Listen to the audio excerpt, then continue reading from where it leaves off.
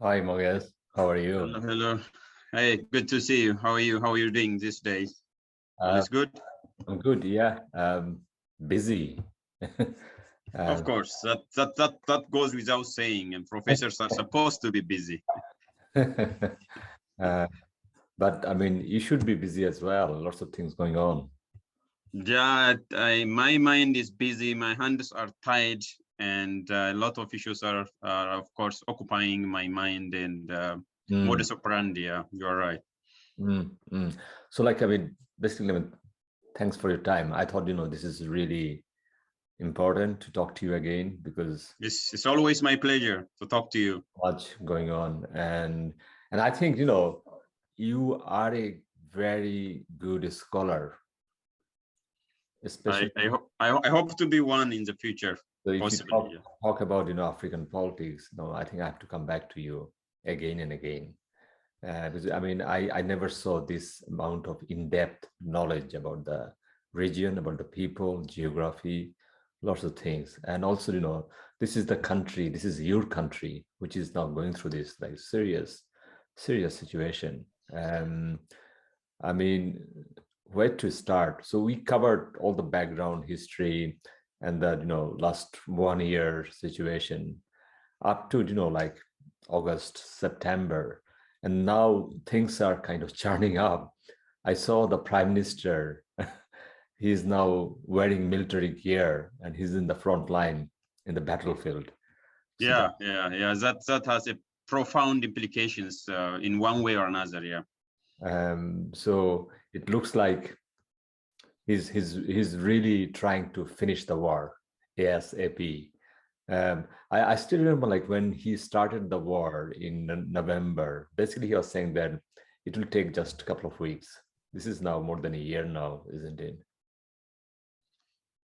It's a bit difficult to say whether he started the war or the other party initiated the war. So in any case, since the war broke out, it has been more than a year now. Yeah.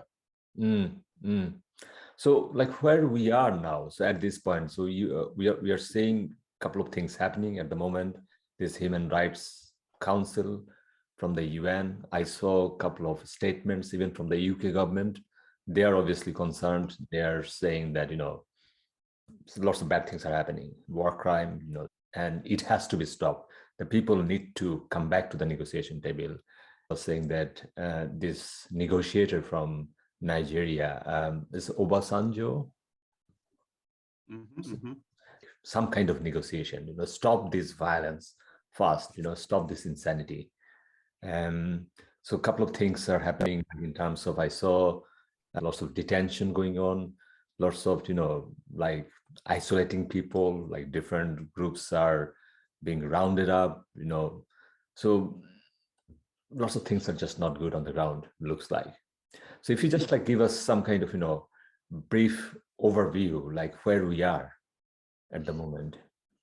Yeah. Once again, thank you very much, Professor Abdullah. And as I said, it's my pleasure always to talk to you and engage in a conversation which is based on objective factors on the ground and trying to evaluate the dimensions and the dynamics of this conflict. So in the previous two episodes, and which is, I think, fairly viewed and disseminated among so many different stakeholders and people, we discussed what is really going on and who are the actors, and including the prospect for peace, where we discussed the role of the African Union, including Mr. Olusegun Obasanjo. So that is what we have discussed.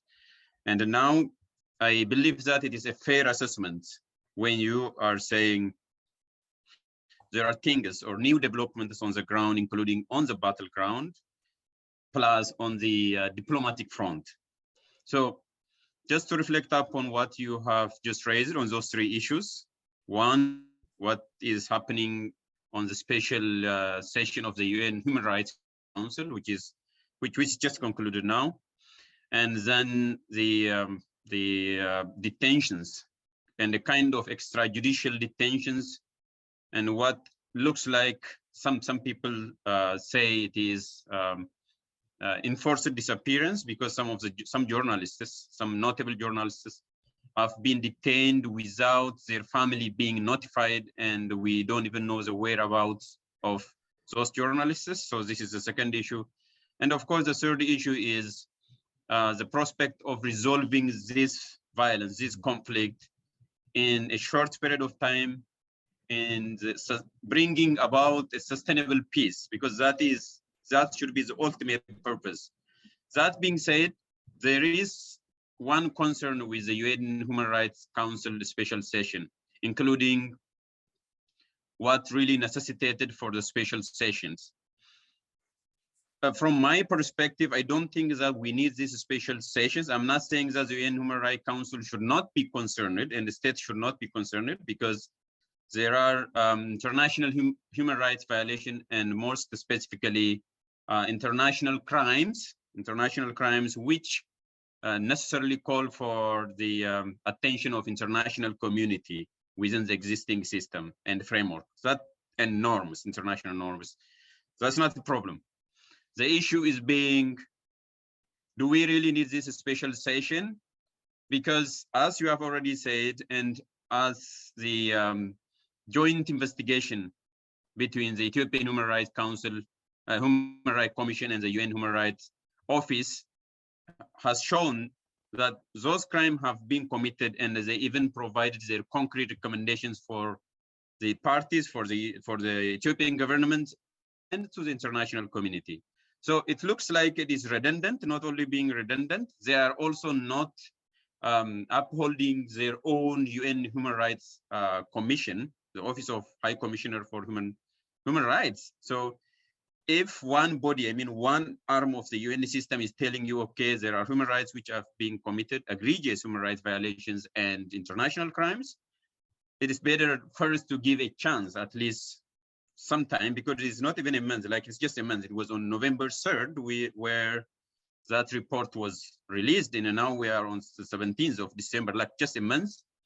So it is fair even and practicable even for the UN human rights system to work with the national government, put pressures, diplomatic pressures through the political means, not through the UN human rights system. So what most of the countries, especially developing countries and African countries, including the Ethiopian government, were saying just the day before yesterday, is the purpose of the UN Human Rights Council is to bring about constructive dialogues. That's what the resolution for the establishment of the UN Human Rights Council says. And I studied international human rights, and I am a vigilant and ardent advocate of human rights for everyone. So that is the only concern I'm saying. So it is better not to politicize the UN Human Rights Council, and it's good to be informed by objective factors on the ground, and trying to engage in a constructive dialogue, and of course support both the domestic and the regional initiatives to bring these hostilities to an end. So in that regard, I agree with all of those parties, including the United Kingdom, except for the things that I just pointed out, not to take your time. So that's my observation. So, you almost sound like you are a bit critical about this UN human rights, this thing they are doing. About this special session, about this special session. Are there any particular countries who are pushing for this session? Yes, I think that's a good question. So the UN Human Rights Council is, it's composed of 47 member states, and the very purpose of rebranding or establishing the UN Human Rights Council is, as you know, is due to the dysfunctioning, inherent dysfunctional feature of its predecessor, which is the UN Human Rights Commission. Yeah, so as they were trying to get away from that legacy, and they are condemned to repeat the same mistake of politicizations. And this politicization is what is dividing the countries along the political and ideological lines. And if you see the speech and the statements delivered by different delegates, except for the few of them, like handful of countries, the United Kingdom, the Republic of Ireland, France, United States, and some other countries, like 5 or 6 of them. All other countries, big and small, countries from Latin America, most from Asia, India, including China, of course, and then some other countries from Oceania, from various geographical representations, are saying, like Gulf countries, even some Gulf countries are saying, look, we have to appreciate the domestic initiatives. We have to recognize that. And they are saying the UN system is complementary. Even within the international relations, within the IR system and international law, the UN system, especially human rights system, is complementary, precisely because human rights implementation and the protections are domestic by nature, territorial by nature, as you know, even though the norms are universal. So those countries are saying we need an independent international investigation, while the UN Human Rights Office has already carried out one just a month ago. So you can see a clear pattern where some countries are calling upon for a kind of interventionist approach. And we have seen that interventionist approach, how all started, all the tragedies in Libya, the political side apart. I'm talking about the UN Human Rights resolutions. The UN Human Rights Council resolution in 2010 and 11 was started in the same way, where there were polarization. So I'm not against the UN Human Rights Council's initiative, even I'm not even against what they are doing in their mandates. I'm well aware of that. But the calling of a special session is going to be counterproductive. It's counterproductive because you need to have a cooperation from the national government, and there should be, if possible, of course, a consensus, because ultimately it has to be sustainable. Professor Abdullah, you have to know that even if they are going to do something, if it is not sustainable and if it's not productive, if it is not going to solve the problem of the victims on the ground, I don't think it is going to be helpful and sustainable. So that is where I'm approaching the issue from. It is not just like wholesale rejection of what the UN Council is doing and has been doing. Yeah. Like a couple of things, like, I mean, you kind of mentioned a bunch of countries' names. I'm a bit like, really interested to know about European Union's role. What kind of position they're taking on this issue? Is there any collective? Yeah, I think if we see what the European Union has been doing, including their official position, both political and humanitarian position, are striking and consistent in this regard. So I don't see any inconsistency, which is a good thing. Like the European Union, as compared to or opposed to other actors, big international actors, Dr. Abdullah, as you know, is that it's a bit of a normative power. The European Union is a normative power, to use our own language. So in the international relations, so they are guided by the human rights values, full protection of human rights anywhere against anyone, which is good. And on top of that, they started calling for the investigation, an independent and full investigation of human rights violation within the ongoing armed conflict. And since then, they also try to use the existing, and whether it is effective or not is another issue, but the existing mechanism, including sanctions. So that is their position from the very beginning. But recently, including the sessions, the special session that we just discussed, I think it is a bit half-baked. It is a half-baked approach, because they need to appreciate what is really going on the ground. Because as an Ethiopian, someone who is closely following the news and the practical issues, there is both historical and identity aspects and structural issues. So you have to address, or at least understand, like any attempt or any lasting solution can only emanate from domestic own homegrown approach. So it has to be bottom-up approach.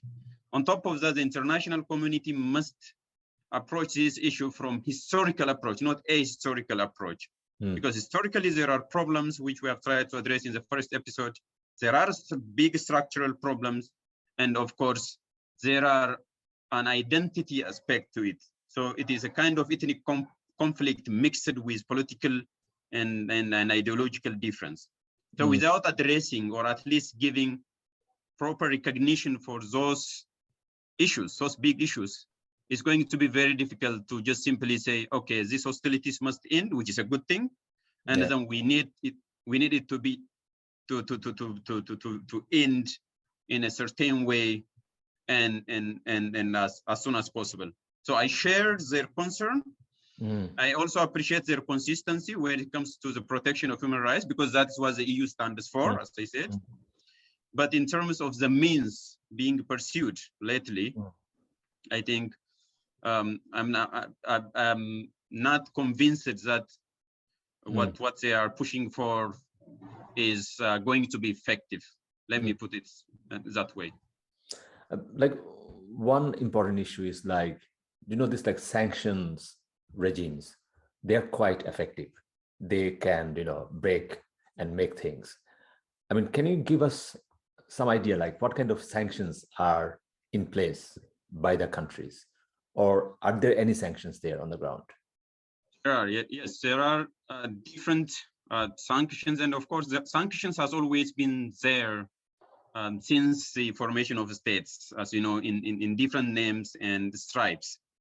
But the sanctions which are being applied now by the European Union or all other actors it is the so-called targeted smart sanctions.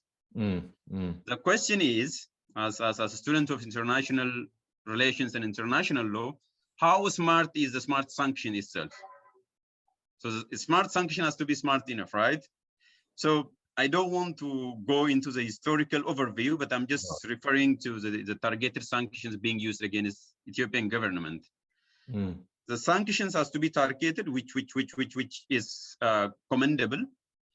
But when it comes to the Ethiopian context, are those sanctions going to be effective? And what are those sanctions? The sanctions are economic sanctions, mainly economic sanction, not humanitarian, which is a good thing, because the sanction has to hit the proper target. That's why we call it they call it a targeted sanction. But sanctions at time, and including what I have observed over the last 6 months, is that it was a bit counterproductive in one sense, in one regard. That is, the government used the sanction as the rally around flag syndrome or effect, where they say, okay, we are being sanctioned and Ethiopia is being sanctioned, and then there are treasures and there are those countries, and of course imperialists, those countries with the imperialist mentality who want us to destabilize and disintegrate our country and weaken our national economic capability. So from that regard, the same sanction was used by the government to rally, to garner some support through nationalistic passion and other mechanism.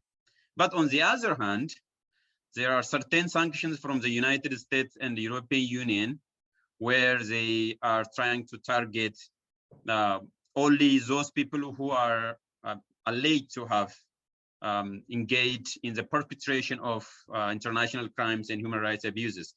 I think that will be working. It has been working, and I think that is a proper channel to follow, in addition to the diplomatic mechanisms they have been using. So it boils down to how targeted the target is and whether the smart sanction is smart enough.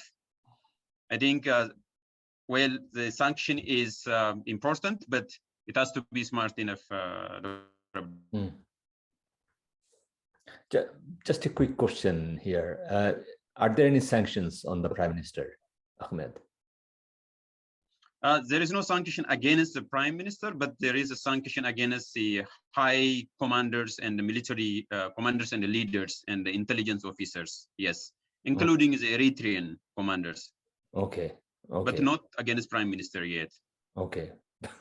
But there is a good chance he's now in the battleground. Yeah, I mean, that is actually a good perspective. Now, that also brings us to the issue that you already mentioned at the very beginning of this conversation, where you said there is a new dimension to the ongoing conflict where the prime minister joined the military on the battlefront, and whether that has somehow turned the tide in favor of the allied forces. When I say allied forces, the Ethiopian National Defense Force and other regional forces and the militia. The opinion is divided, fairly divided in this regard. Some people are saying it has changed. Actually, it has greatly changed the dynamics of the battle, of the conflict, where they have been able to push the TPLF from many of the areas they have occupied since October, since July this year.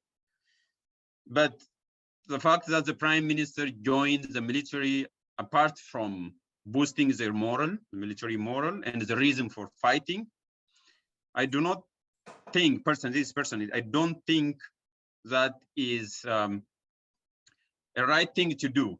From military perspective, from political perspective, he has the reason and they have the reason to do so, but without going to the battlefront, since he's the commander-in-chief already, according to the constitution, he could have done the same thing from his office, but still, it is up to him to join the military and show them the way, if that is helpful and productive. But then there is, sorry, yeah, I didn't answer your part of your question. There is a danger because now he is acting in his military and individual military capability. And if you are acting in that capacity, there are consequences and implications, and that one of them being an international accountability where it comes in the future, being, okay, if he joined not only ordering, but if he engaged in a military activity, and then if there is a responsibility for the atrocities and war crimes, I don't think he is going to be exempted from that. I think that is implication, yeah. Because I mean, I teach Middle East politics, and like, you know, whenever see a state leader wears this military gear, like Saddam Hussein, you know, these people all wore military gear, and says that, you know, we'll be in Tehran during the Iran-Iraq war in 3 days. The war finished after 8 years. He was nowhere near Tehran. So, you know, it looks like, you know, all this rhetoric, patriotism, nationalism, all those bad things are now coming in. And I think, you know, he's no longer an army personnel. He's a retired army person. And if he is in the front line and if he is the prime minister, he will have, you know, upper hand on the ground. So, you know, and I think that's quite a dangerous move by a, you know, head of the state. It gives lots of bad signals, really bad signals. So I'm really worried about this, you know, latest development. I'm not sure like what he's sensing. Perhaps he's sensing that, oh, win is coming. So he wants to be in the front line, that I won, so that he can, you know, says to the world that, you know, I am the winner. I actually delivered. There are different, I could say there could be different interpretations, at least 3 interpretations. And among them, you have already mentioned one, like the prime minister being either the breaker or the maker of this war or this battleground. So that is one of the interpretation by many international pundits and political analysts.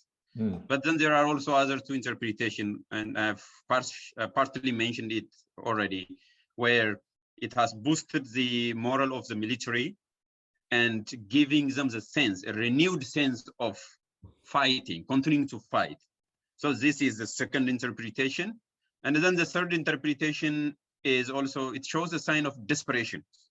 A sign of desperation from the prime minister and from the political body that if we let the TPLF march all the way to the central highland, which they did before the prime minister started that counter-offensive, then both the stability of the country, even the very existence of the country, political unity, and his own party is going to be jeopardized.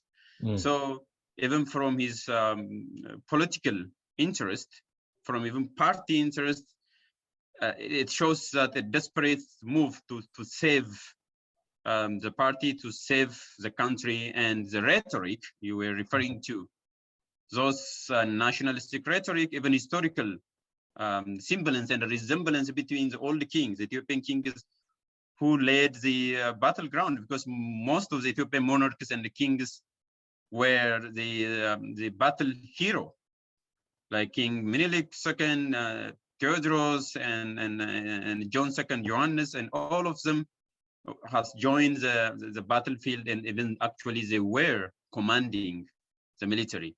So as you said, that is not only nationalistic passion or populism or a sense of patriotism, but it has also a historical root, and there is some analogy where people are drawing over the recent few days.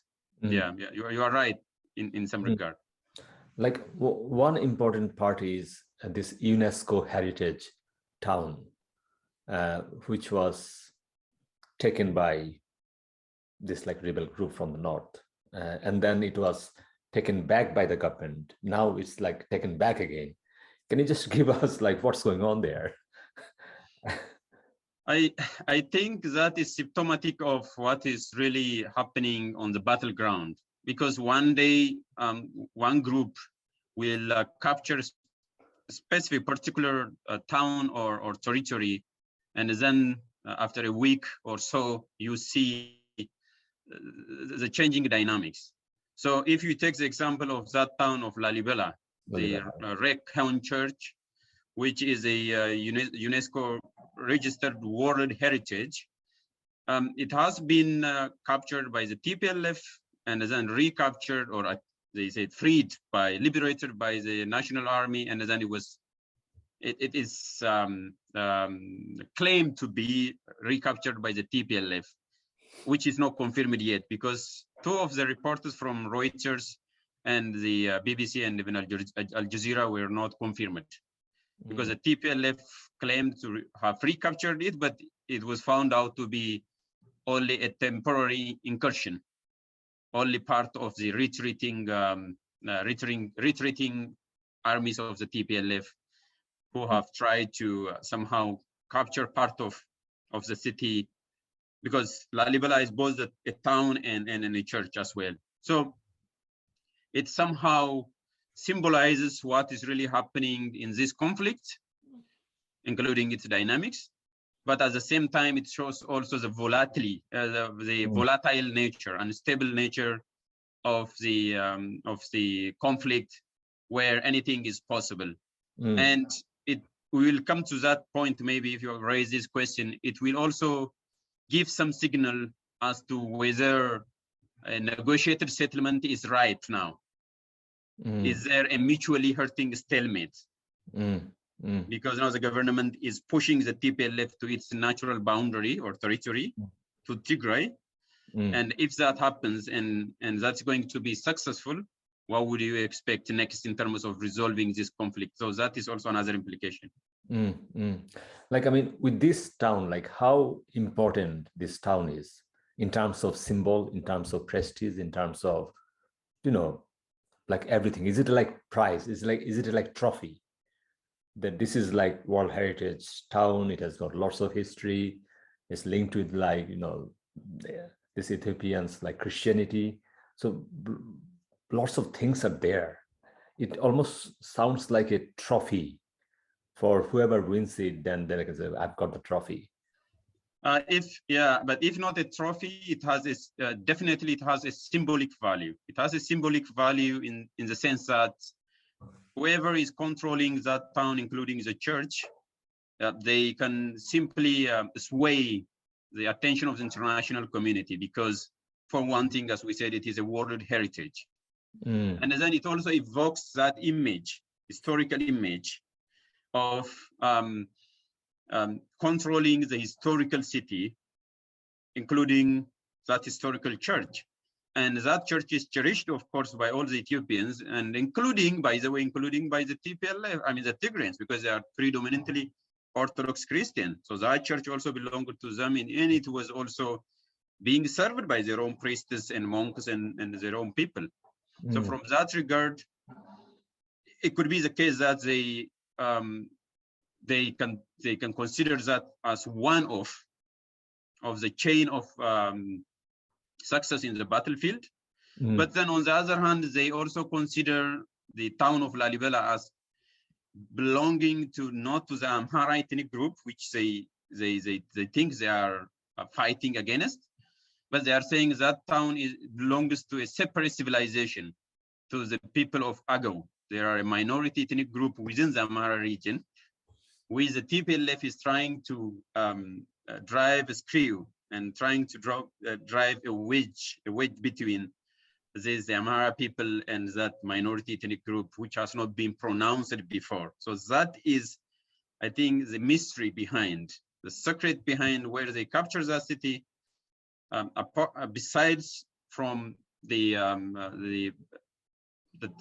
trophy or the symbolic value, it also has a meaning that when they are controlling that town and the church, they are evoking an image, historical image, and an image of entitlement, separation, liberation, and of course, of controlling the political discourse. So it has a mixed feeling, and it has a different implications for different parties and actors to this conflict. Yeah.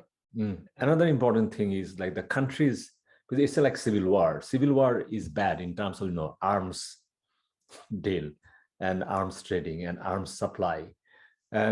So far, my understanding is the countries who are involved in providing all those high-tech drones, high-tech, all those equipments, especially to the government side, are like countries like Israel, Iran, UAE, Turkey, even China. And it looks like, that the countries who are actually, normally don't talk to each other, they kind of get united. And then, can you pick some countries from there? What's their interest? Like, for example, UAE. Why UAE is there? I know UAE is involved in Yemen. Like, is there anything linked between Yemen, Yemen's position? Because this UAE really wanted to, more or less control the southern part of Yemen, which is close to Somalia. So lots of other international dimension is there. But can you just give us some kind of insight why UAE is so rabid here?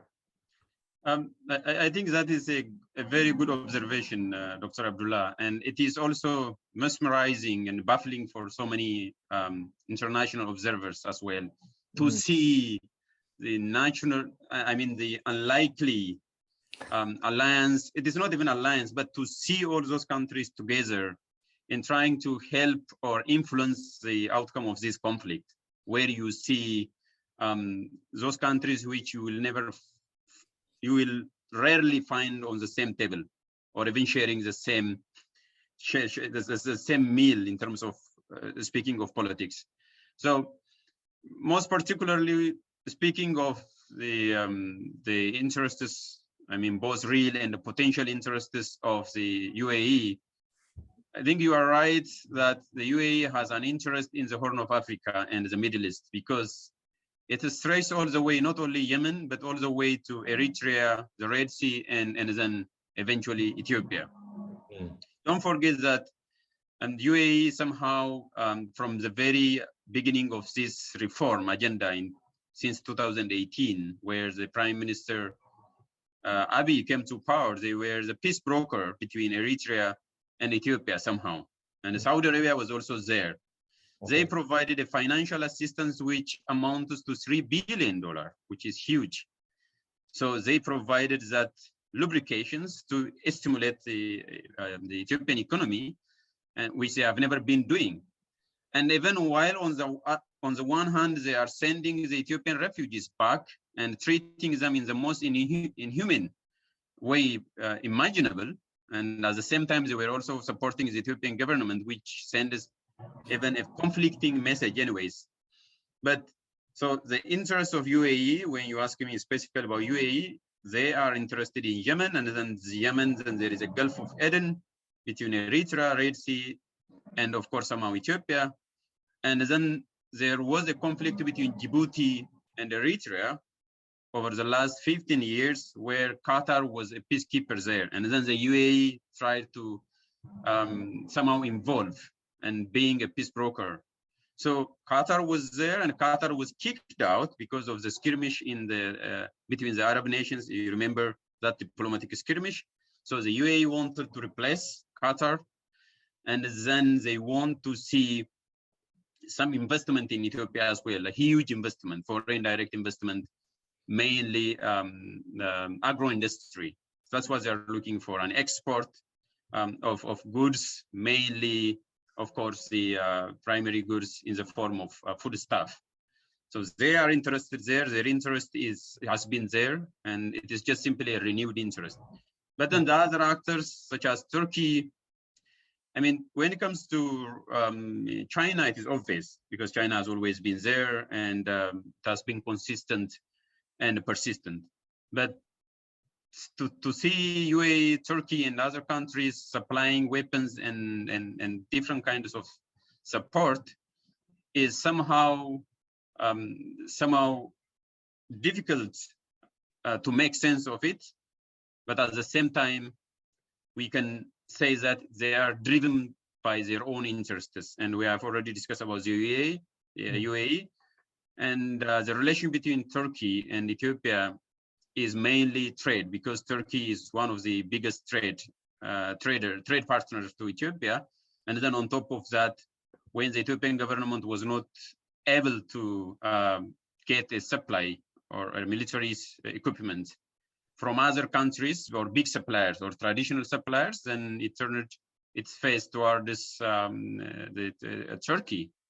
Most specifically the drones, which has never been denied by the Ethiopian government as well. So there are so many different Gulf states trying to make it a political battleground and arena, but it is understandable for me if we see it from their national interest and regional politics as well. But the problem is the fear is if USA get involved, and if USA takes side with one of the groups and then arm them and, resource and everything, then we are talking about, it's like Cold War hotbed. It's basic. But at the same time, the groups who are involved, they are also America's, good friends, UAE, even Israel. I'm not sure, like, what do you think about Israel? Because I know, like, Ethiopia has got a large Jewish population, and then most of them actually more or less now living in Israel, I think 140,000. And I think just like a couple of thousands left in Ethiopia still. I mean, I know like Israel had issues with the Jews from African countries. I think they now accept that it's okay, we will accept Jews from Africa. So that's like Israel's position now. Do you have any other insight on Israel's position? That's also another factor to consider, but that also shows us brings in the politics of identity, because the relationship between Israel and Ethiopia has got religious, historical, and ethnic relationship, because we have had that long-standing history or ties between the people of Israel, I mean the Jews, and of course the Ethiopian Falasha community or the Ethiopian Jewish community. That's obvious. And even they are also important players and actors even in Israel now, in the Israel politics, where Some of them are even the national security advisors, and even deputy national security head is the Ethiopian-born, Ethiopian-born Jewish. So I think that is important. But when it comes to a foreign policy or an official statement from Israel, it has never been, at least in regard to this conflict, it has never been clear. It has not been quite clear, because Israel neither overtly, publicly support a specific group over the other group, nor trying to be reticent or like sitting on a fence. So that is why it is not quite clear. Yes, there is that relationship, historical relationship. There is interest at stake, but the people, the Jewish people are not under attack in Ethiopia now. They are not specifically targeted. So there is no imminent danger. There is no specific reason to be concerned. But then we have also a political and economic relationship. And I don't think that is also affected because we don't have that specific issue. So when it comes to Israel, the picture is not quite clear. That's all I can say, because they are not making any official statements whereby they are they are supporting a specific group in this war, in this civil war or conflict. But at one point in time, if countries has to choose sides, then Israel has to, of course, back the American approach because they are strong allies. But then that is also related to the point you raised in regard to the Cold War, which is unfolding. The Cold War in another name, and where this time around it is in the Horn of Africa. So the theater is in the Horn of Africa, and will it be possible to see that there is some form of intervention where America supported, necessarily not only America, some countries support one of the group in this conflict? I don't think that's going to happen, at least if we believe what they are saying officially, including what they said today in the UN Human Rights Council and what they have been officially doing through their regular press releases. For example, the American envoy just said last week, and again this week, he's saying the only means America will pursue is a diplomatic means. They said the first, second, and the only, that's what it says, at least if you take it at its face value, says that only diplomatic means is going to resolve this conflict. And they are saying that while they continue to pressure the government, including the sanctions, even the sanctions which they put on the table a couple of months ago in September, just to be precise, in September, it has been far and in between. They have not been profusely triggering that sanction. They use some of it, but it has not been to the scales that they purported to be. So I don't think this Cold War, this new Cold War, will repeat itself in the military confrontation or some form of intervention. If that happens, it is going to be catastrophic to all the countries who may consider that is going to be in their best interest. So that is my view on the Cold War. So another important point is just like battlefield scenario.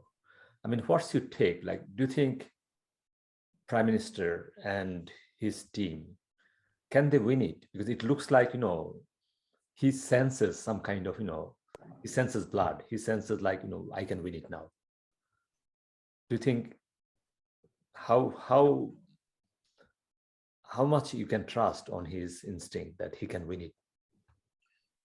I can give you my own assessment, which because based on what we have observed over the last not even few weeks, but over more than a year, it is very difficult to trust both parties because it is politics after all, and it is mainly guided by narratives, competing narratives.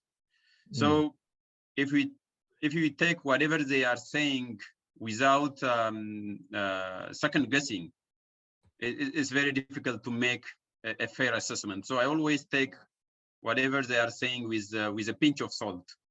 Mm. So is there a change on the battleground? Yes, as I've already said, there was a shift of tide where the wave was changing toward this. I mean, the wind has been blowing towards the Tigray region or against the TPLF. But other than that, even if the government will be able, let's say, will be able to drive them out and so that they can retreat to their original position only, that is the Tigray region. But still, it is only the first phase of the battle. That's what the Prime Minister said. He got back to his office saying, now we have concluded the first phase of this conflict. So what is chapter 2? He said chapter, actually. So usually there is no book with a single chapter because a book contains so many chapters, at least more than one chapter at least. So any ideal book. So if he said this is only the first phase or chapter, just to use his language, what are the other chapters? It's not clear. And as I said, even if the Tigrayans are willing and or forced to retreat to their territory, the next step will be who is going to win, because what is the purpose of this war? Because Tigray is also part of Ethiopia, and they said it is an existential threat against Ethiopia, and Ethiopia includes Tigray as well. So if you want to have a future for Ethiopia, a better Ethiopia without the TPLF being a problem, that's what they said, or at least weakening them and disintegrating them, then there should be an alternative out there to be put on the table. I don't see that clear alternative. And the only thing I can speculate and I can foresee, which is more likely actually, is if that mutually hurting stalemate will be brought about through this confrontation, through this chapter 1 or chapter 2 or 3, and then it entails massive human rights violations and suffering. So the humanitarian catastrophe will continue, it will be compounded. And then the second possibility is that, so it is going to be mutually hurting. So if you use that nuclear wars, that is a mad, mutually destructive scenario. So the conflict will be ripe for resolution, because now they recognize that nobody is going to win and there is no military solution to this conflict. And that is a possibility, actually a real possibility, where they say, okay, leave the territories that you occupied. Let's call for the status quo ante, whatever that status quo ante will be, it will be defined. And then they will figure out something, including forging the conditions and the grounds for negotiation. I think that is a real possibility, but I don't see a win for any specific party, because as I said, the Ethiopian government has already been in Tigray last year. They actually controlled the entire Tigray for some time. And then the Tigrayan, I mean the TPLF, or as they call it, the TDF, the Tigray Defense Force, has been able to not only to recapture Tigray, but to also spread the conflict or proliferate the conflict to the neighboring regions, Amhara and Afar regions. So what are we expecting? Nothing new will happen, because they know that they have been to Tigray and they tried, and they were not able. I mean, the federal government was not able to effectively control it. So this time around, there won't be any big surprise. The only surprise will be if either through force or political commitment that the Tigray force leaves these two areas, there is a real chance for a negotiated settlement. But then we can see what are those conditions, because there are so many sticking points for a negotiated settlement as well. But that's what I can see. I study and research quite a bit on the civil war, especially like Yemen. So if you see like Yemen last couple of years after Arab Spring, especially from 2015 onward, when Saudi led this coalition started bombing Yemen. So like Saudi Arab actually, went to Washington, D.C., the Crown Prince, and he actually told the president that, Yemen will be fixed in 6 weeks. This is now 2021, almost 6 years now, nowhere near. So far, Saudi-led coalition, do you know how many times they did the airstrike? 23,000 times. They dropped over 65,000 bombs in Yemen. Did it stop the Houthis? No. Rather, Houthi more or less, took over the capital as well. So the more they are trying to push Iran not to be close to Yemen, Iran is now more close to Yemen. So the things you think that, I've got F-16, I've got F-15, I've got the finest drones, I've got, all those air power, I can win this war. It's not. So I think, this like the prime minister in Ethiopia, what he's thinking, perhaps he's thinking that I've got now equipments, I've got the best drones now, I've got all those high-tech military equipments, I can win it. But I mean, historically, this is not going to happen. I think it also depends on what it means to be winning. What's a win? So it has to be defined. I already gave you a hint when I'm saying, what is the ultimate purpose? What is the exit strategy? Do we even have that exit strategy? Because, okay, in a conflict which is imposed on you, because both parties are saying the conflict is imposed upon us, that's fine. Okay, fair enough. But do they have exit strategy? If you don't have the entry, you must have an exit strategy in this conflict. So it all depends on what really constitutes the winning. So that being said, as to the definition and the nature of winning, there are two things which I observed from which I deduced from the example you gave, which is Yemen. After all those bombings and alliances and the counter alliances, the result is what you said and what we see on the ground now. You know what? I see two things, as I said. One is you will never win a war of ideology through bullets, never, whether it is through bombing or through regular armed struggle. You will never. That is what you can see if you make political history, if you make just basic analysis of recent political history. And just to stick to the Middle East, the war between, or the conflict, no, not to use war, the conflict between the Israeli-Palestinian conflict is a textbook example of war of ideology, not to go in the distant history of Vietnam or others. I'm not interested in that now, but even when we see this Israeli-Palestinian conflict, because I also studied some of the Middle East courses, it is very interesting to see that despite the military upper hands that Israel possessed over the last few decades, or all those things we observed in history, the conflict has not been resolved and is still continuing. And one of the reasons is a politics based on ideology, apart from other factors, you know it, but I'm just mentioning only one.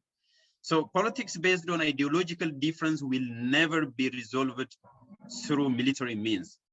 That is given, that granted, if they recognize that the only way is through negotiated settlement, and then of course how to negotiate, what are the strategies, and that is another issue. It is part of the peace building process and the conflict management.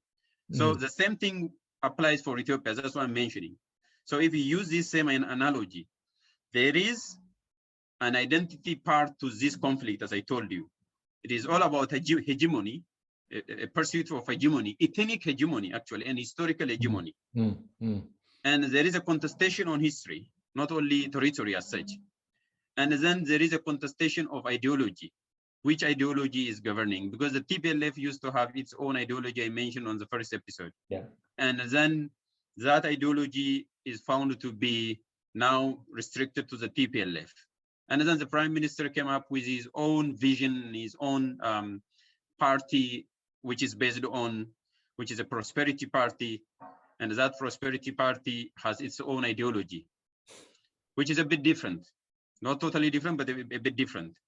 So if the Tigrayans believe, I mean, at least the majority of the Tigrayans believe that they are fighting a just war from their perspective, like putting ourselves in their position, which I don't believe. I'm just saying if I see it from their perspective, then no matter how you bomb them, shell them, there will be more resistance. You kill 10 and then you will find 10,000 or 1,000, like we see it in the Middle East, in Palestine. And then the second aspect, which I'm saying is apart from ideology, is the intervention from foreign countries.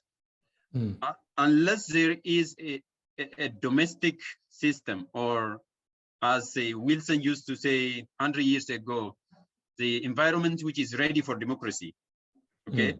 If the ground is not ready for the democracy, you will never impose your vision on other countries. It has to be ready, or at least partly there should be a fertile ground so that you can sow the seeds for the future.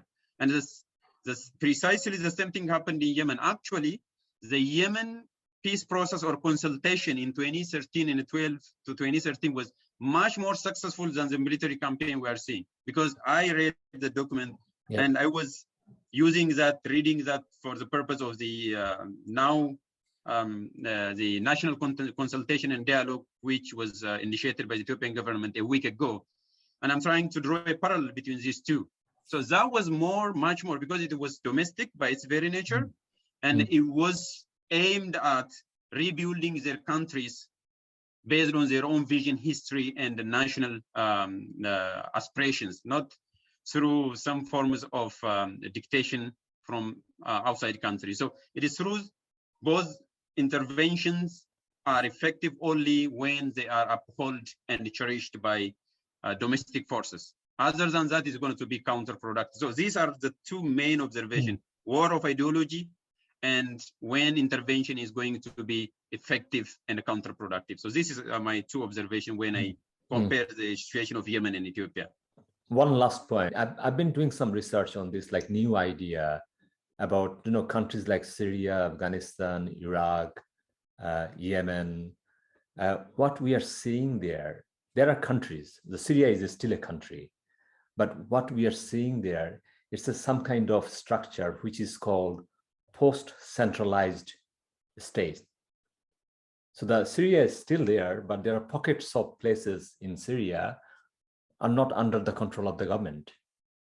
But it's not like that those part of Syria just collapsed. No, they're still doing the same thing. Their banking system is still running. The day-to-day stuff is still going on. Schools are open. Everything is running as it should be. But what we are seeing that, you know, this centralized government where the government is in power and in charge of everything of the whole country, we are not seeing those things in, you know, especially in Syria, even Iraq we are talking about. So it's a kind of new trend. Perhaps, you know, the state structure which has been, you know, post like Treaty of Westphalia, the things we saw, that this is the ideal structure. But it looks like state can survive with like that kind of post-centralized kind of structure.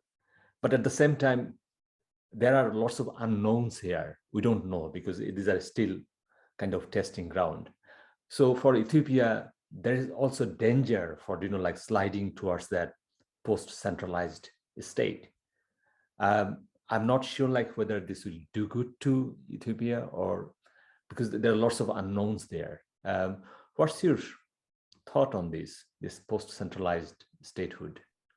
I think that's an excellent point. I just will reflect on it very quickly, as you suggested. So Ethiopia has already been in a post-centralized system or structure, because we have this ethnic-based federalism. I mean, a partial post-centralized system to some extent, because federalism as underpinned by the principle of self-administration has been there. But when we talk about self-administration, the difficulty is there are two. One, who is self? So you will always be in a continual search for self. Who is self, and who is determining who is self? That is the aspect we are talking about, the identity aspect, the ethnic identity aspect. That is also one of the reasons of this conflict.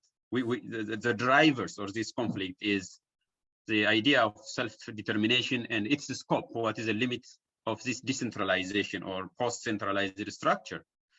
But then there is also another dimension to it.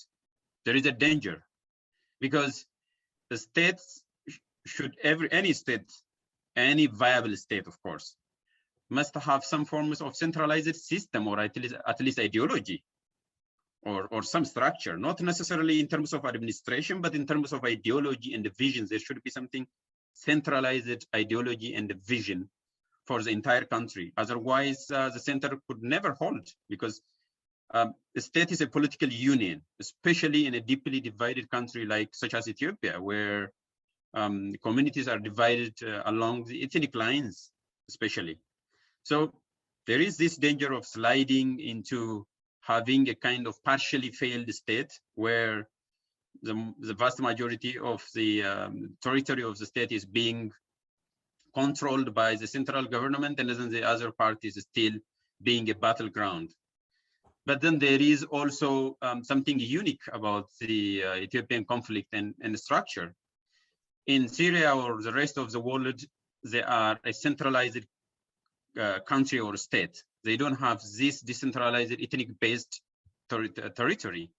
So they can still claim things that we don't recognize self-determination or the conflict or even the cause of the conflict. But in Ethiopia, it is provided in the constitution itself, which is a suicide. It is a self-inflicted injury, providing for unconditional secession, right to secession, which is there in the constitution that is which we have now. We haven't changed it. So the difference, as I said, is it has ethnic dimension. It has a self-determination without properly defining who is self and who is going to determine, when to determine, what to determine. So there is a danger, and this is something which has to be settled, which has to be resolved by all concerned parties or stakeholders as soon as possible. Otherwise, we cannot even afford to have that scenario you envisaged, because our scenario is quite different, because we have already a deeply, extremely polarized politics with this ethnic dimension. And if this wholesale civil war breaks out, God forbids that, then it is going to be out of control, and it will be the greatest tragedy of the 21st century, Dr. Abdullah. But I think the way, we are political scientists, the way we see the war is always, not a good solution. And normally this kind of war is always protracted. Years, it takes years to have some kind of, and then at the end, what they do, they come back to the negotiation table and then, start something. But by that time, serious damage is done to the country. And I think these talks are important, So if some people listen to it, even from the Horn of Africa, would be good. Some kind of bigger understanding. It's not about just who are you, but also what do you want for your society, for your community? Can you actually live with other people? Can you actually be kind to other people? Can you actually build something together? It looks like lots of othering on the ground.